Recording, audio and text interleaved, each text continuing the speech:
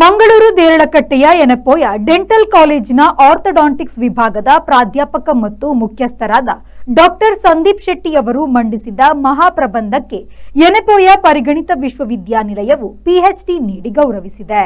ಮಂಗಳೂರಿನ ಯೆನಪೋಯ ದಂತ ಮಹಾವಿದ್ಯಾಲಯದ ವಕ್ರದಂತ ವಿಭಾಗದ ಪ್ರಾಧ್ಯಾಪಕರಾದ ಡಾಕ್ಟರ್ ಸಂದೀಪ್ ಶೆಟ್ಟಿಯವರು ಮಂಡಿಸಿದ ಡೆವಲಪ್ಮೆಂಟ್ ಆಫ್ ಸೇವ್ novel appliances and its finite element evaluation for correcting deficient maxilla ಎಂಬ ಮಹಾಪ್ರಬಂಧಕ್ಕೆ ಯೆನಪೋಯ ಪರಿಗಣಿತ ವಿಶ್ವವಿದ್ಯಾನಿಲಯವು ಪಿಎಚ್ಡಿ ನೀಡಿ ಪುರಸ್ಕರಿಸಿದೆ. ಯೆನಪೋಯ ದಂತ ವಿದ್ಯಾಲಯದ ಪ್ರಾಧ್ಯಾಪಕ ಡಾಕ್ಟರ್ ಬಿಟಿ ನಂದೀಶ್ ಮಾರ್ಗದರ್ಶನದಲ್ಲಿ ಪ್ರಬಂಧ ಮಂಡಿಸಲಾಗಿದೆ. ತಳವಸಡು ಮೇಲಿನ ವಸಡುಗಿಂತ ಮುಂದೆ ಇದರಿಂದ ಹಲ್ಲಿನ ಜೋಡಣೆ, ಚಿಬ್ಬುಲ್ತನ, ಚಪ್ಪರಿಸುವ, ಮಾತನಾಡುವ ತೊಂದರೆ ಮತ್ತು ಹಲ್ಲು ನೋವು ಉಂಟಾಗಬಹುದು.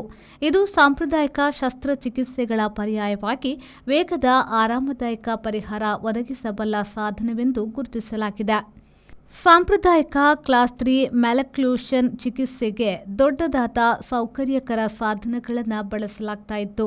ಆದರೆ ಅವು ಧರಿಸಲು ಕಷ್ಟವಾಗ್ತಾ ಇತ್ತು. ಇದರಿಂದ ಚಿಕಿತ್ಸೆಗೂ ಹೆಚ್ಚು ಸಮಯ ಬೇಕಾಗ್ತಾ ಇತ್ತು. ಇದು ಚಿಕಿತ್ಸೆಯ ಸಮಯವನ್ನು ಕಡಿಮೆ ಮಾಡುವುದು, ರೋಗಿಗಳ ಸೌಕರ್ಯವನ್ನು ಹೆಚ್ಚಿಸುವುದು ಮತ್ತು ಅನುಸರಣೆಯನ್ನು ಸುಲಭಗೊಳಿಸುವುದರಲ್ಲಿ ಪರಿಣಾಮಕಾರಿ ಎನಿಸಿದೆ.